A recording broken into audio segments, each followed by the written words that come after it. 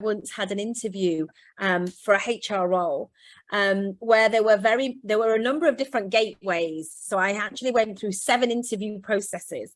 And I remember on the 6th one, the recruiter, so I met with the line manager, and then I'd met with the head of the department, and then I'd met various other managers along the way. And when it came to the 7th interview process, the recruiter rang me up and said, Tarvinder, you're going to meet the head of it was a particular beauty brand. And she said, it's very important before you go in.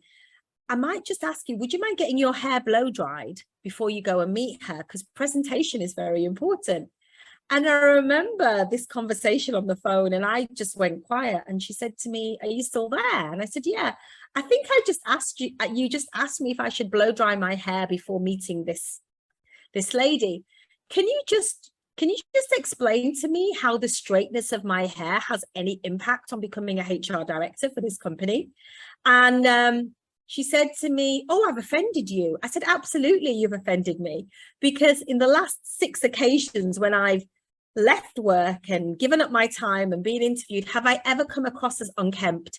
Have I ever come across as unprofessional?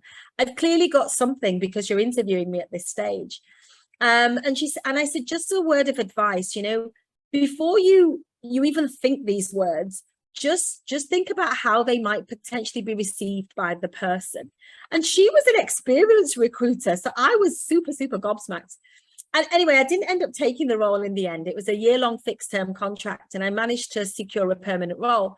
But I did go back and I was interviewed by the head of that particular organization. And I did feed it back to them. And I said, look, from a candidate experience, having 7 gateways in a recruitment process for a 1-year fixed-term role, to me, is excessive.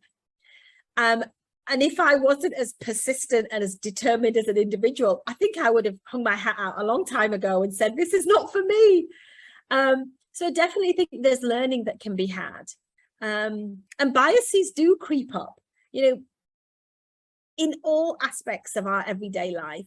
But for them to be so overt during a recruitment process is something that I've faced in the last 25 years that I've been working.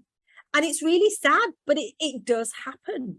And as I said to the recruiter at the time, I can't change how I look or how I sound. I am as I am, but I should be judged on my ability to do the job, not how I look.